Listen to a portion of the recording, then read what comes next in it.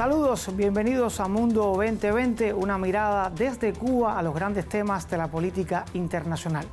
Hoy nos estaremos acercando a un asunto tan interesante y controversial como peligroso y alarmante. Me refiero al reavivado temor de una guerra nuclear. Hay una realidad objetiva: todos los países poseedores de armas letales están modernizando e incorporando nuevas ojivas, y por eso algunos analistas, incluso las propias Naciones Unidas, consideran que la amenaza del uso del arma nuclear es la más alta en generaciones. Ponemos el tema sobre la mesa también a propósito de cumplirse los 60 años de la crisis de octubre, primera vez en que la humanidad se vio al borde de la guerra nuclear. Estamos nuevamente en vilo ante una amenaza de este tipo. Sobre eso conversamos con nuestros invitados.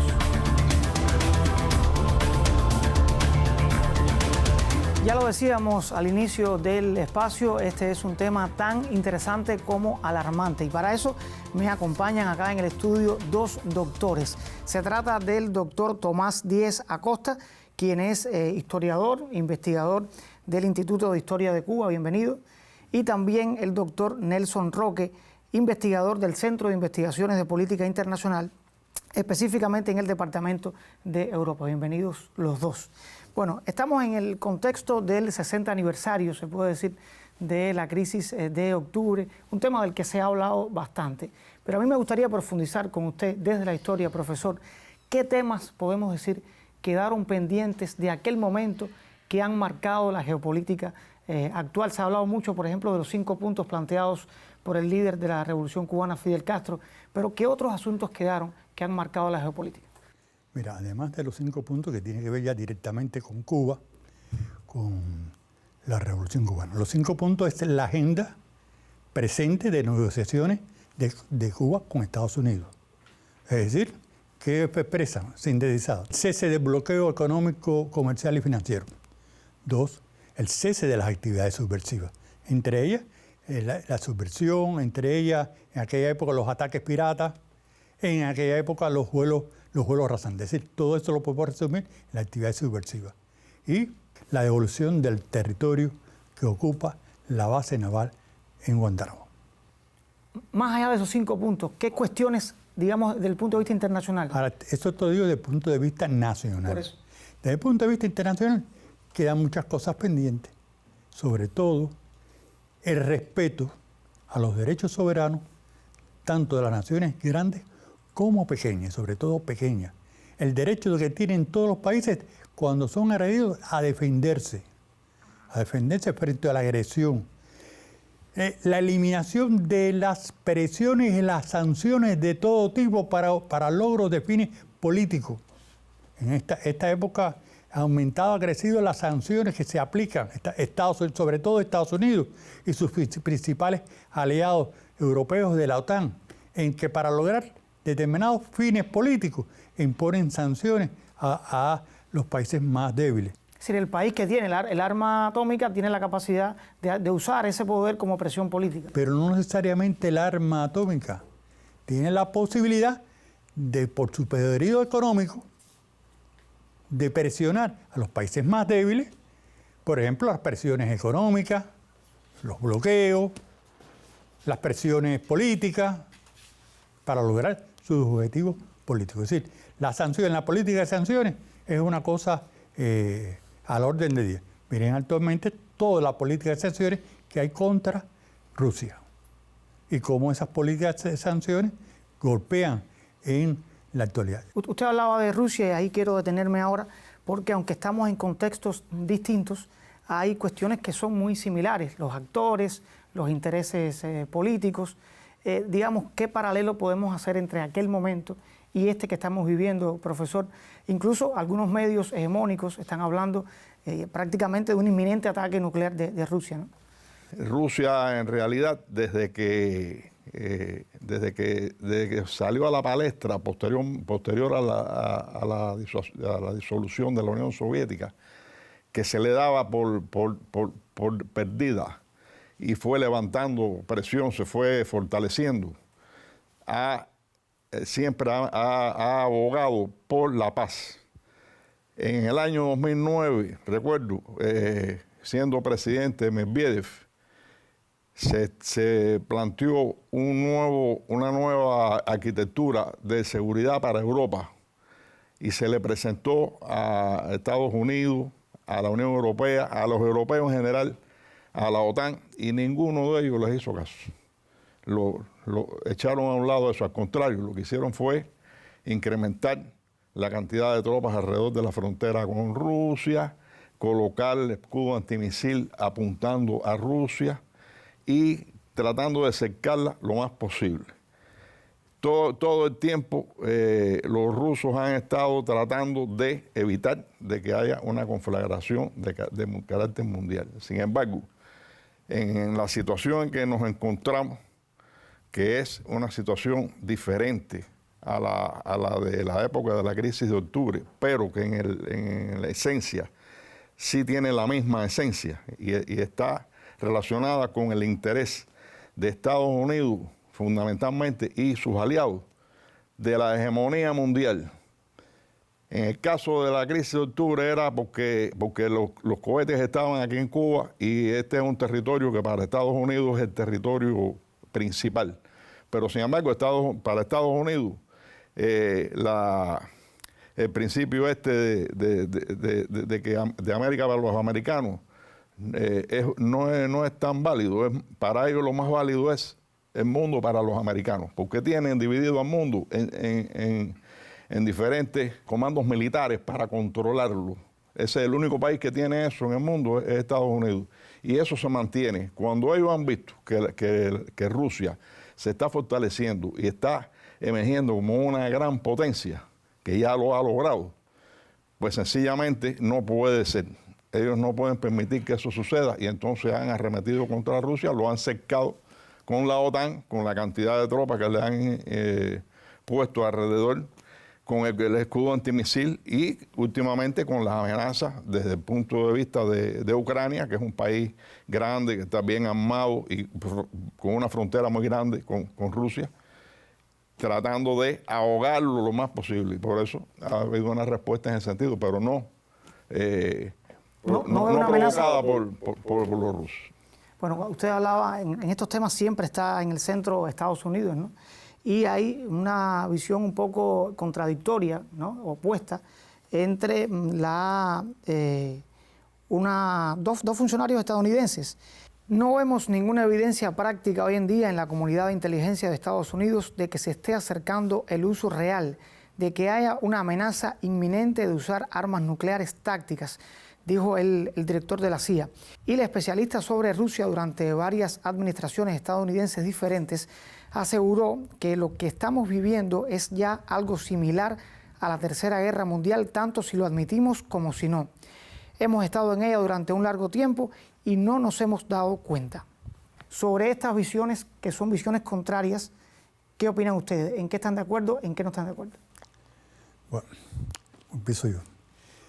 Mira, yo creo que esa visión del uso del arma nuclear táctica por parte de Rusia, creo que no es posible. Yo creo que ellos van a tratar, a partir de la tenencia de esas armas y de que existe en la actualidad, a diferencia de la crisis de octubre, una paridad nuclear entre Rusia y Estados Unidos, tanto en medios portadores como en ojivas nucleares y por el desarrollo de la tecnología. Es decir, en eso hay una paridad. Y por lo tanto, esa fortaleza militar, es decir, Rusia es una fortaleza, un poderío militar, no así en el terreno económico, pero en el terreno militar continúa siendo una fortaleza militar, que en la actualidad Rusia ha tomado su papel en el ámbito internacional, como una de las potencias decisoras, más aún que es miembro del Consejo de Seguridad de Naciones Unidas, es uno de los 5 miembros, como también ocurre con el caso de la República Popular China. Es decir, son dos elementos fundamentales que lógicamente paralizan las actividades del imperio. Yo pienso que estas declaraciones de Putin tienen un carácter disuasivo. Es decir, no es que vayan a hacerlo. Porque yo te digo, realmente, Rusia tiene un poderío militar y desarrollo de la tecnología militar que para vencer a Ucrania no requiere de armas nucleares tácticas, ni de armas nucleares de ningún tipo. Es decir, con las armas convencionales y el tipo de armamento que posee en la actualidad, puede lograr su objetivo. Pero ¿qué ocurre? Que no es Ucrania. Rusia no se está enfrentando a Ucrania. Rusia se está enfrentando a la OTAN, que arma, y también hasta efectivos de la OTAN que están en el territorio ucraniano.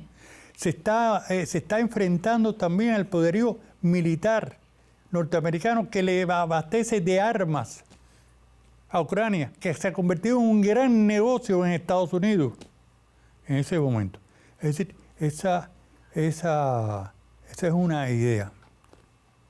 ¿Qué le parece a usted, profesor? No, yo coincido con lo que plantea. Me parece que la declaración esa del director de la CIA es aparentemente ingenua.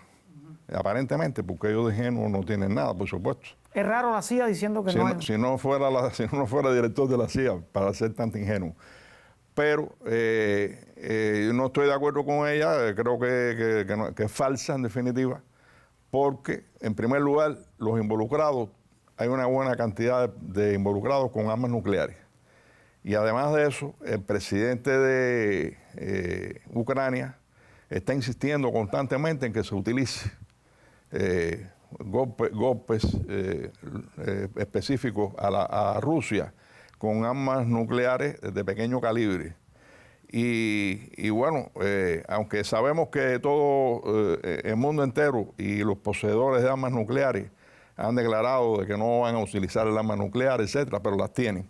Y nadie sabe qué puede suceder porque no es lo mismo una declaración de un compromiso que se puede romper perfectamente en un caso de una determinada decisión, cuando se ve a alguien perdido. Y en segundo lugar, con la declaración de la experta esta norteamericana, yo sí estoy de acuerdo. Yo creo que después que se terminó la Segunda Guerra Mundial, que se llamó Segunda Guerra Mundial porque participaron las potencias, las principales potencias, pero después de la Segunda Guerra Mundial, el mundo ha estado en guerra todo el tiempo. Estamos en una Tercera Guerra Mundial, participa todo el mundo, y en esta participa Estados Unidos, participa Rusia, y la OTAN, que tiene 30 miembros, entre ellos de grandes potencias.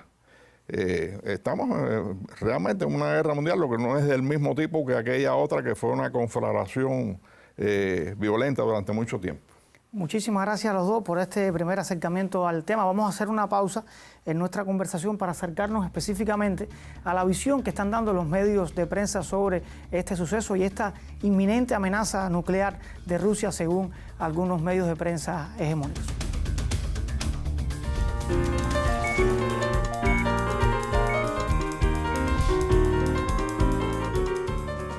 La soberanía tecnológica es muy importante para cualquier país.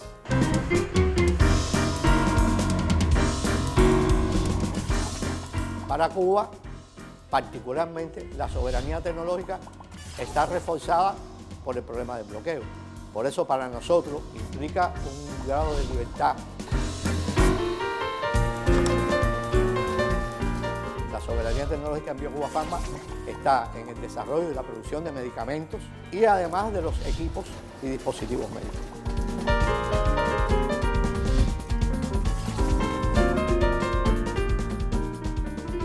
Todos mis compañeros científicos están convencidos de que hay mucha más soberanía que lograr todavía.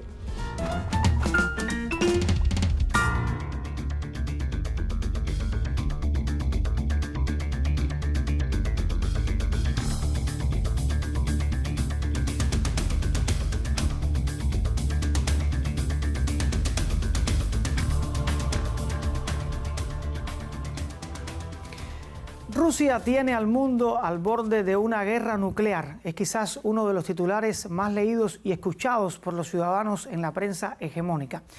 Se pretende vender a las audiencias la narrativa de que Putin podría utilizar su arsenal nuclear durante el actual conflicto con Ucrania. Muchos de estos medios ofrecen narrativas inconexas, descontextualizadas, que tienden más a la desinformación que a la información. Por ejemplo, Washington Post: estamos ante una situación potencialmente más peligrosa que la crisis de los misiles en Cuba.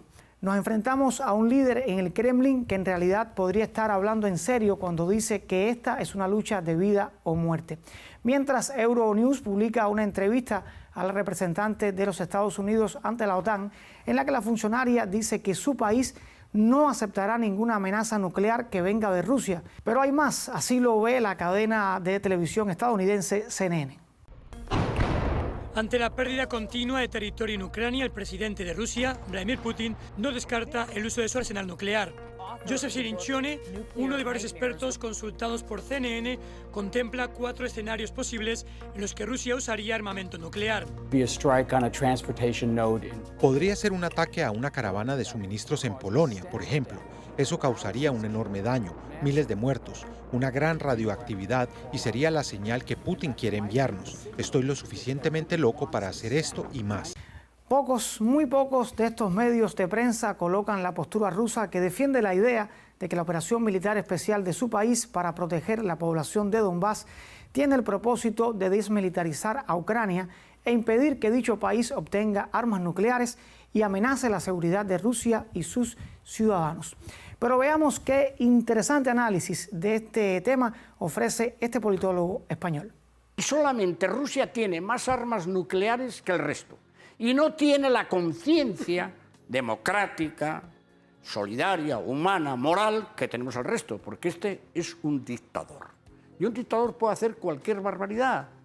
Si Hitler llega a tener la bomba atómica que tenía von Braun trabajándola, ¿tú crees que lo hubiera tirado en París y en todos los demás sitios? Sí, antes de entregar a Alemania, ¿no?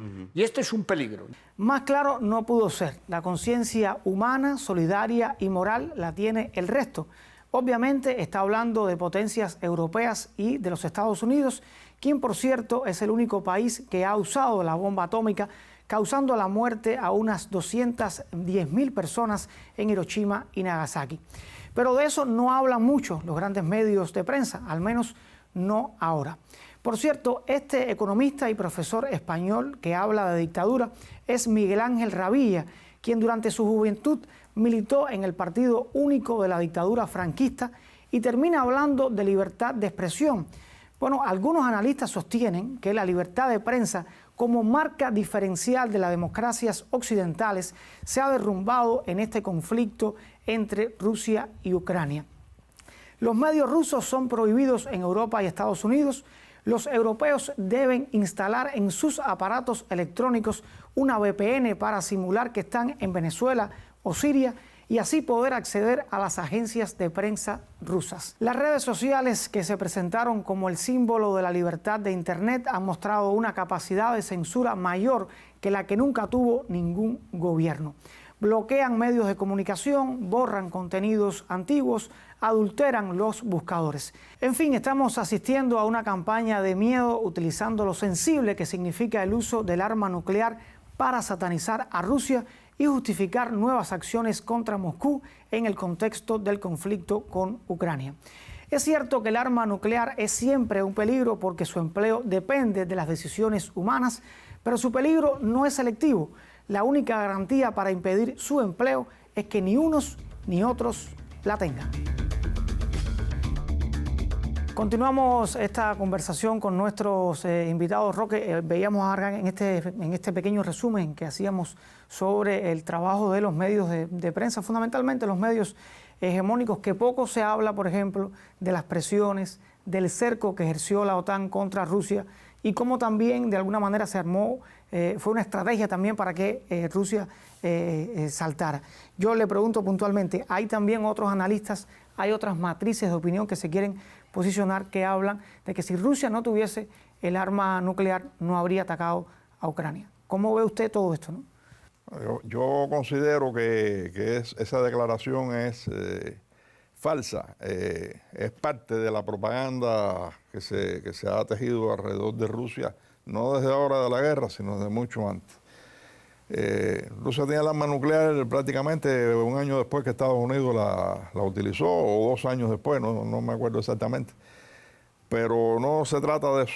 en estos momentos el armamento se ha modernizado tanto y ha alcanzado tal precisión que es posible golpear determinados lugares con una precisión exacta y causar males parecidos a los que puede ocasionar el arma nuclear sin las consecuencias del arma nuclear, sin la nube nuclear, sin la ceniza nuclear, sin la onda expansiva nuclear, sin las radiaciones que duran por largo tiempo. Sin embargo, la OTAN, dirigida por Estados Unidos, por supuesto, ha ido cercando a Rusia, viene cercándola desde el año 1949 que se creó la OTAN, pero en los últimos años el cerco ha sido mucho mayor. Prácticamente todas las fronteras rusas están cercadas por la OTAN, con que el incremento en la cantidad de efectivos ha sido extraordinario y la cantidad de armamentos también.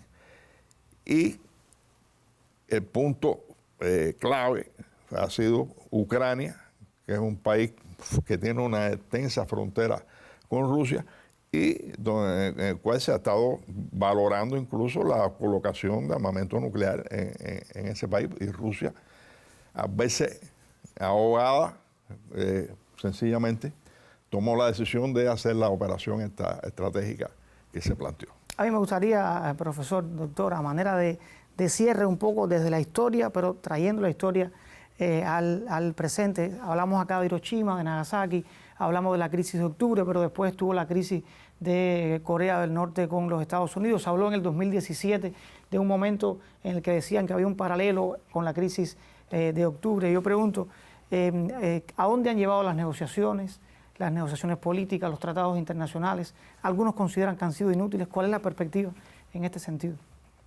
Bueno, yo no diría que los tratados son inútiles, sería absoluto. Yo diría que el incumplimiento de los tratados ha traído toda esta situación en el mundo. Sobre todo los tratados para la no proliferación del arma nuclear. Pero a veces hay naciones que ante la agresión se defienden. No porque lo vaya a usar contra un país, sino por sus efectos disuasivos. Y estoy hablando de la República Popular de Corea, es decir, la Corea del Norte. Por ejemplo, Trump no rompió el tratado con Irán, y ahora están tratando de volver Europa, que está interesado en ese tratado, de volverlo a reactivar. Eso pasa así. ¿Y qué no logra? Por la desconfianza que a veces se tiene por parte de Estados Unidos de incumplir los tratados, de romperlo cuando más le convenga, o romperlo por una cuestión política. Mira, también está un momento que se buscar un paralelo con la crisis de octubre.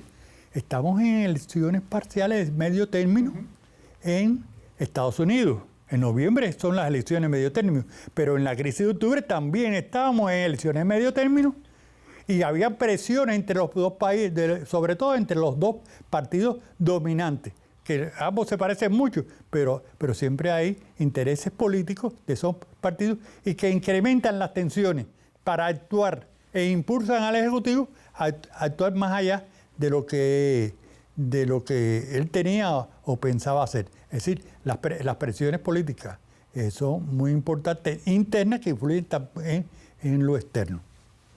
Bueno, me quedan más o menos 2 minutos, me gustaría darle 1 minuto a cada uno.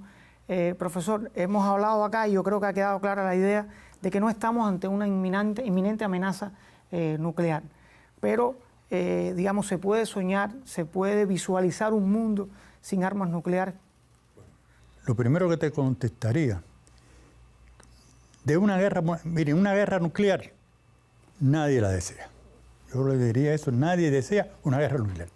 Pero que estamos en una situación muy peligrosa, estamos en una situación muy peligrosa. Y lo más peligroso de eso, a diferencia de la crisis de octubre, de hace 60 años, es que durante la crisis había un espíritu de negociación entre ambos bandos. en esta época no se ve negociación, se ve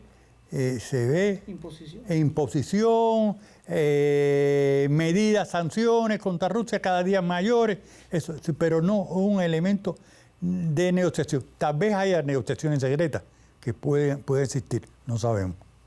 Para cerrar el programa, ¿pueden unos países tener armas nucleares y otros no? ¿Cuál es el límite? Bueno, el mundo ha llegado a la conclusión de que no, nadie debe tener armas nucleares. Incluso hay un tratado de la ONU sobre la prohibición de armas nucleares. Lo que sucede es que los que tienen las armas nucleares no lo han firmado porque consideran de que los mecanismos de control no son suficientes para hacer eso. Eso es, en definitiva, un recurso para mantener las armas nucleares. Yo pienso que si en el mundo hay países con armas nucleares, el peligro va a estar permanente siempre, porque existe ese armamento. Aunque sabemos que todo el mundo tratará de evitar utilizarlo porque sería la destrucción del mundo. En este aspecto yo creo que la solución será más tarde o más temprano la negociación. Bueno, gracias a los dos por su presencia acá en Mundo 2020 y los esperamos en un próximo programa. Y me despido con una frase del líder de la Revolución Cubana, quien decía que por primera vez la especie humana en un mundo globalizado y repleto de contradicciones ha creado la capacidad de destruirse a sí misma. Usted no se limite por nuestra despedida y continúe debatiendo en casa. Hasta la próxima.